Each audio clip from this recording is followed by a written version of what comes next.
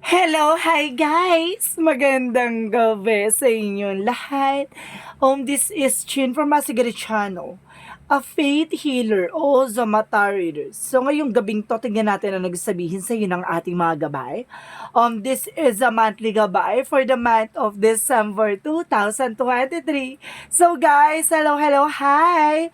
Welcome to my channel. This reading is a general reading lamang, hindi lahat makaka-resonate. Kunin lamang po ang makaka-relate sa inyo and comment down below kung kaninong energy ang ating nasagop. And of course, maraming salamat po sa mga walang sawang pagsuporta sa aking channel. Lalong-lalo na hindi nag-skip ng ads na way pagpalain po kayo ng Diyos at may kapal. Siksik-liglig na guumapaw man ng balik sa inyong biyaya. So guys, kumapit ka na dahil ito namin sa'yo ng ating mga gabay for the month of December 2023 for the sign of Scorpio. So, Scorpio, welcome to my channel. So, ito na magiging pasabog sa'yo, diba? Bigyan natin ng mga konting twist ang ating eksena ng reading na ito. So, mas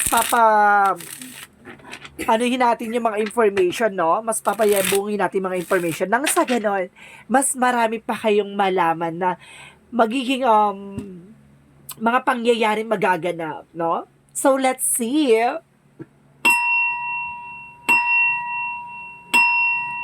And of course, guys, meron tayong angel's answer, ha? Magkakaroon tayo ng angel's answer later. This is the angel's answer. So, magkakaroon tayo ng question. So, bibigyan natin ng kasagutan lahat ng mga kanyang katanungan. So, gamit ang inyong igaisipan, no? Mag-iisip kayo kung ano yung magiging question nyo. Then, of course, ito ang magiging kasagutan. So, maghanda ka na. So, umpisa na natin ang laban for the sign of Scorpio. Angel Spirit Guide, please give me information. So, there is a 5 of swords. So, there is some... Okay, there's a firefight or something self-sabotage, no? Kailangan maging aware ka dito sa pagdidesisyon. So, ibig sabihin dito, there's a sabotage na magaganap. Sa kailangan maging aware kayo sa mga bagay-bagay, no? Kaya kumbaga, kailangan nyo mga information regarding sa kung ano man yan. Kailangan wag kayo mag-share ng thoughts and knowledge, no? Kasi una sa lahat, yung mga bagay na binibigay nyo, kumbaga nachichismis kayo or suddenly, kumbaga sinisiraan kayo or napagchichismisan kayo. And of course, there's a Nine of Wands, slow and steady, no? Kumbaga magkakaroon dito ng mabagal man pero pasabog, no? Kumbaga slowly but surely. Ganon. So, let's see what is additional messages. O yung sinasabi na, meron ditong sign na sinasabi na kailangan yung kumalma. And because there's a Three of Wands, so there's a waiting for a ship or waiting for a result, no? Meron mga bagay na kailangan yung antayan. Hindi yan nagmadalian, hindi yan ano. Kumaga, there's a progression. So, you need to wait, no? So, let's see what is additional messages. So, kasi nagkakaroon kayo ng kumbaga worries or something, fear or doubt, na bakit ang bagal-bagal ng process sa akin, no? Parang ganon. Na bakit ngayon hindi ko pa nakukuha yung mga bagay na para sa akin or something. Kumbaga, bakit ganon parang ang unfair ng kapalaran sa akin. Parang ganon. Nagkakaroon ka ng ganon thoughts. Which is the Five of Swords. Nagkakaroon ka ng self-sabotage. No? Huwag ka nag-iisip ng ganyan kasi, negative thoughts create a negative result. So, kailangan mo maging positive, optimistic, no? Because there's Six of Swords. So, there's a transition. So, may mga bagay na magta-transform. May mga bagay na kailangan nyo antayin. So, waiting lang. And because there's a Nine of Pentacles. So, slow and steady about sa finances. There's a security and of course, there's a practicality. Additional messages. And of course, there's a Three of Cups. There's a celebration. So, some of you guys may celebration na magaganap this time. Pasabog. So, let's see what is the Five of Swords. So, there is a Six of Cups. No? Meron dito sabotage with your relatives or something, with your friends, with your ex or something. Gumaga, meron ditong sabotage. Maging aware ka, ha, kasi maaaring mga kamag-anak mo, kaibigan mo, or something with your ex na baka sabotahihin ka, no? Sa mga dating mga pinag-usapan nyo or something ganon. And I guess there is a Knight of Swords. So there is a fear or something, anxiety. So some of you, ha, kumaga maging kalmado kasi nagiging dito, hindi ka makatulog, no? Kumaga kalma ka lang. Huwag mo masyadong minamadali yung eksena. Additional messages.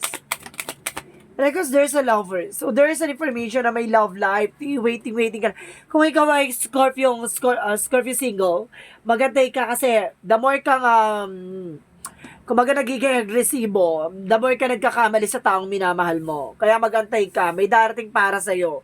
Huwag yung puro kumbaga, marunong ka magantay. Ganun lang yun. So, wait lang po, ha? Inom lang ako ng water, guys.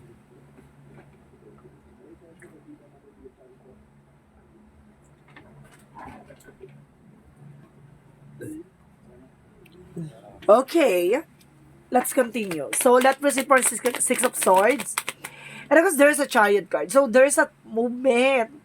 Oh my God, may paggalaw ng baso dito talaga, no? Maaaring gagalaw na talaga ang kapalaran for you. So, this is the moment that you need to take an action for this. And of course, there's a Three of Pentacles, kumbaga there's a Knight of Pentacles represent, kumbaga there's a security and of course a practicality. And of course, a Three of Pentacles sa teamwork or something, a signs na binibigay sa'yo ng synchronicities, you need to take an actions. And of course, there's an Ace of Wands, there's a new beginning coming in for you na magdadala sa'yo ng celebration dahil abot kamay mo na, no, malapit na. So, let's see what is the Five of Swords and the Six of Cups. And of course, there's Page of Wands. So, there's a good news, no? And of course, there's a news. May mga balita nga, sabi ko na nga ba, there's a chika-chika. Or something, kumaga, gossip, gano'n, kumaga, pinagchichismisan ka behind your back. Or some of you, there's baka relatives or something na, baka, kumaga, family ng person mo, gano'n, pinagchichismisan ka behind your back, gano'n. Let's see what is the Knight of Wands? What is the Knight of Wands? And of course, the Six of Swords. And the Knight of Swords. There's a Star card. Wow! There's a healing and wish fulfillment. So, ibig sabihin dito, ay yung sinasabi, di ba? Manatiliing kalmado. Kasi the more na kalmado ka, the more siyang nagiging mabilis ang process and progress, no? Kasi nagkakaroon ng anxieties and tendency stress. And of course, the deception. Kumbaga, lalo ka naghahatak ng nega. So, it means, lalo ka naghahatak ng bagay na nagdadala sa'yo ng blockages. No? The Star card represent hope and miracles. Diba? So, let's see what is the Three of Wands. The Three of Wands. And of course, the Lovers. And of course, there is a King of Swords. So, ibig sabihin dito, being wise. No? Kailangan mo maging matalino at maging, kumbaga, maging practical, no? At of course, high standard person. Pagdating sa iyo ng person nyo, no? Kumbaga, may mga decision kayo na kailangan nyo antayin. No? Kailangan maging mature kayo. Hindi pwede maging padalas-dalas, parang sinasabing ganon, no? Ikaw yung magtuturo sa person mo na maging wise at maging practical. Pagdating sa bagay-bagay, hindi nyo kailangan maging magmadali or something. Kailangan nyo wait nyo yung perfect timing, di ba? So, let's see what is the Six of Swords and the Chariot card. What is the actions? Because there's the Five of Wands. So, there's a conflict. So, ibig sabihin dito, makakalis ka na sa mga komplikado, obstacles, and betrayal or something, no? Kumaga, makakalis ka na sa mga bagay na nahirapan ka. Or nagdulot ng kahirapan or, kumaga, challenges sa'yo, no? Let's see what is the Knight of Pentacles and the Three of Pentacles. So, there is a Knight of Swords. So, there's a bigger picture. Parang sinasabi dito, there's a mental clarity and being wise, no? Kumaga, magkakaroon ka ng security dito pagdating sa kaisipan mo na parang magkakaroon ka ng matalas na kaisipan, parang ganon. Na alam mo na yung magiging right way mo. So, let's see what is the Three of Cups and the Ace of Wands. So, there is an Ace of Cups. Wow! A new offer or new romantic cycle, no? Magsisimula na panibagong kilig at simula ng inyong relasyon, no? Or baka suddenly magkakaroon ka ng, kumbaga, kung may relasyon ka, so babalik ang kilig. Kung wala kang karelasyon or single ka, kumbaga, magkakaroon ka ng bagong jowa or partner or asawa, gano'n. So, let's see what is the outcome. What is the outcome? Ang outcome is the Six of Wands. So, there's a victory and success.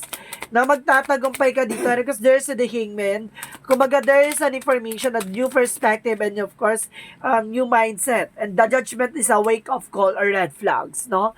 Kumbaga, parang merong ditong pay attention. So, ibig sabihin na, Ote, kuya, mag-wait ka. Kailangan mo antayin tamang timing or something na kailangan mong pakiramdaman yung mga nasa paligid mo or something na magdadala sa'yo ng complicated, no? Kailangan na magtatagumpay ka dito at kailangan baguhin mo yung mindset or perspective mo sa mga bagay-bagay na way hindi ka magkamali.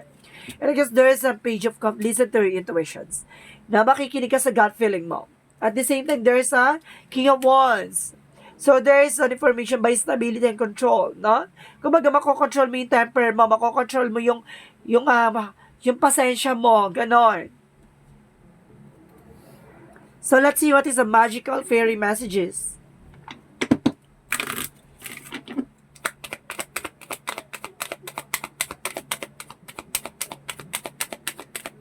And there's a children. Some of you may kinalaman ka sa mga children, no? Or some of you may mga anak ka na. Ganon. And of course, there's new career. Wow! May bagong career na papasok sa'yo dito. Pasabog.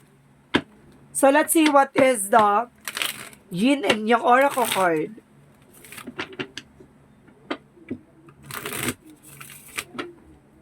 What is the Yin and Yang Oracle card for you? And of course, there siya. Release, surrender. Kailangan nyo daw itong pakawalan. Yung mga negative thoughts and negative energy. Lalo-lalo na yung pagiging agresibo ka, iwas-iwasan. And because there is a separation. So, some of you kumbaga nagkaroon ng separation sa mga, sa relasyon or something, or separation with the family. So, there's an information na, kumbaga, may pananabik, no? Or something. And because there's a chemistry. Some of you, with your person, may chemistry kayo. Or some of you, may bagong chemistry papasok sa buhay mo. Yun nga yung bagong kilig or something, nakikiligin ka ulit with your person. And because there's a detachment, there's a coldness. Kumbaga, some of you kumbaga, meron talagang, kumbaga, kailangan yung mag-detach sa situation, lalo-lalo na yung may mga tao sa paligid nyo na, kumbaga, kumbaga, nanlalamig ka na dyan sa tao na yan, kumbaga, with your friends, with your relationship, or with your family, kumbaga, may mga bagay na kailangan mo rin na dumistansya. So, let's see what is the Love Oracle card.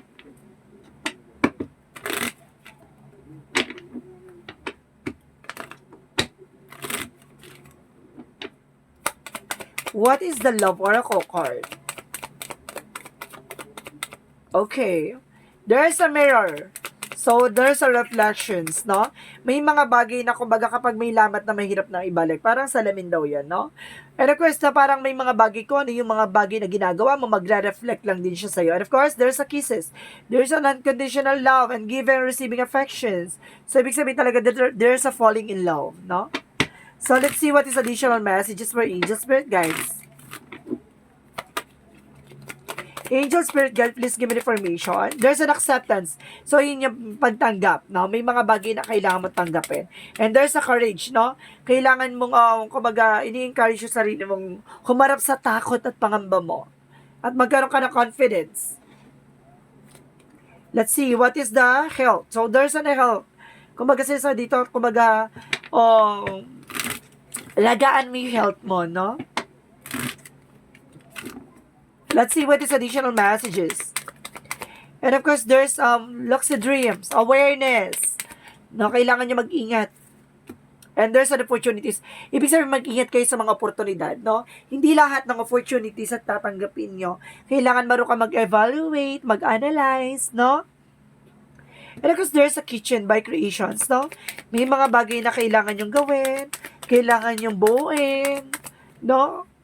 And of course, there is a perseverance. May mga bagay na kailangan nyo pagtiyagaan. No? Or kalakasan. So, what is the Monsology?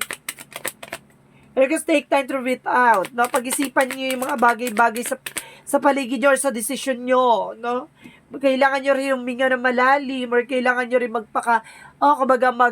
magpahinga or something na huminga muna sa mga bagay-bagay or responsibilities or something na problema. And be bold and make the first move. So, kailangan mo ikaw ang kikilos at ikaw ang gagawa. And kasi ikaw yung magtitake ng actions. So, let's see what is Archangel Michael messages. And of course, There's an innocence. So, some of you innocent ka pa sa mga bagay-bagay, no? May mga bagay sigurong matututunan ka dito. May mga bagay na malalaman ka pa dito. Marami ka pa sigurong malalaman this coming December. And this situation is already resolved. So, some of you, nasolusyonan na yung problema mo. At talagang natupad mo na yung mga bagay-bagay. And prayer will help you from this situation. Magdasal ka at kumaga matutulungan ka sa sitwasyon mo. And you created the situation and you have the power to change it. Ikaw yung naglagay sa sitwasyon mo, ikaw din yung makakagawa ng parang para makaalis ka dyan. Diba? Gano'n naman talaga eh.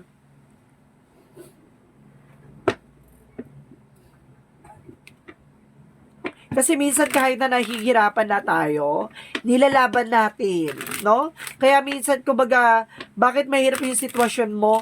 Kasi nasa sayo rin yung problema. Kasi may mga bagay na hindi mo naman dapat pilitin, pinipilit mo, at nilalaban mo, no? Let's see what is the energy. And of course, there's 6 chakra arcane Metatron. There's just a lot of surprises. And of course, there's a lot of changes coming in for you with the door to romance. So, talagang may kilig at talagang love involvement dito. And there's an anxiety. Some of you na-stress ka. Or there's a fear rather, no? Or depressed. Let's see what is chakra messages. And of course, there's a bittersweet, no? Kumbaga, may mga pahit ng buhay na naranasan ka. Kumbaga, magpasalamat ka kasi may tamis siya na tagumpay sa huli, no? Let's see. There's an instinct. Listen to your intuitions. And there's a rejections. No, may mga bagay na dapat marunong ka rin humindi. Hindi puro oo. No? So, let's see what is additional messages. And because there's a trouble. So, some of you may trouble and you're also protected. No, protektado ka rin ng ating mga angel spirit. So, let's see what is additional messages. And because there's a earth. So, ibig sabihin dito, there's a learning how to be human in the world but not of it. So, ibig sabihin dito, kumbaga dapat matutunan mo yung pagiging tao, no? Marami kang mga obstacles, and of course, disappointments. Kumbaga may mga bagay na kailangan mong ilaban, may mga bagay na hindi mo kailangan laban, may mga bagay na laban na kailangan mo na sukuan, at may mga bagay na kailangan mo iwasan, at kailangan mo umalis sa situation. 'Di ba? Lalo-lalo na kung toxic na. And of course, there's a double mission. So, ibig sabihin dito, you are a light worker. So, some of you are a healer or something na, kumbaga, nakakatulong ka sa ibang tao, no? So, let's see what is romance angels. There's a chemistry. There's a double clarification na merong chemistry yan ng inyong relasyon, no? Meron talagang spark. And of course, let's see what is Archangel Raphael. There's a meditation. So, kailangan mo mag-meditate, no? Para malaman mo yung kasagutan sa lahat ng katanungan mo. Nang sa ganun, madagdagan na, kumbaga, ang energy mo, no? Or aura mo. And of course, para makatulong din sa health and wellness, no? Let's see what is additional messages. There's a Jesus-loving quote said, "The Comforter, which is the Holy Spirit, whom the Father will send me name, He will teach you all things." So, ibig sabihin may mga bagay na ibibigay sa'yo si God na like instrument na padadalahin sa'yo na para magturo sa'yo sa mga bagay-bagay at para linisin ka sa anumang uri ng kasalanan mo. At kumbaga may mga bagay na dapat mong matutunan at may mga bagay na dapat mong malaman. Lan sa ganun, kumbaga magkaroon ka ng growth and expansion. So, meron tayong angel answer, guys, ha? So, mag-isip ka na magiging question mo. Okay. Bibilang ako ng 3, ha? Kailangan nakapag-isip na. 1.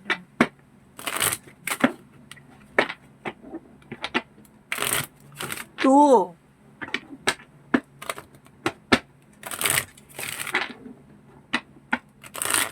3. Nakapag-isip na ba? Ito na. Angel's answer, give me the information para sagutin ang katanungan ng mga kapatid nating Scorpio. At least 3. Bigyan mo ako ng kasagutan at least 3, no? 1. There's a yes! Wow! So, sinasabi dito, there's a possible yes na mangyayari at magaganap, no? May mga bagay na, kumbaga, sinasangayunan ka ng ating angel spirit. And improving health, no? Mag-improve na yung health mo. Wow! Kaya pala, there's a health. Wow, ang pasabog. And of course, give me one more, angel spirit guides, to answer this question. And don't stop. Wag na wag kang hihinto at wag na wag kang, 'di ba, susuko. Laban na laban. So let's see what is the angel's number. Let's see what is the angel's number. There's a 00. I am observant. Yung sinasabi nga, 'di ba, yung kailangan na gamayan mo yun sa paligid mo, kumbaga kailangan mong magmasid or something, mag-analyze, no? Kumbaga, there's a pay attention talaga. And of course, let's see. Angels ask for your attentions, open your eyes, listen and think about everything that is happening. Trust in your intuition and follow their guidance without any delays. Focus inwards through meditation and prayer. See? Kumaga may mga angels number or angels messages sa yung hinakadid sa'yo na kailangan mo mag-pay attentions at makinig sa ating angels number or synchronicities or signs, no? Kumaga may tinuturo to sa'yo at wag mong ini-ignore.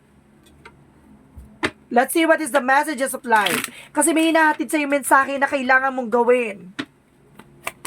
Let's see what is the messages of life. And of course, sinasabi dito, there's a love appears. I renounce my pain and release my resistance. Today, I choose to reside in the light of my being. I rise up boldly and ask for the understanding that will free me of my duality. My prayers will heard, and God sends angelic help so that love and peace find their way to me when I open my eyes. Love appears. So, sinasabi dito na, guys, may angelic help talaga. Where there's an angel's number, angel signs na kailangan nyo pansinin.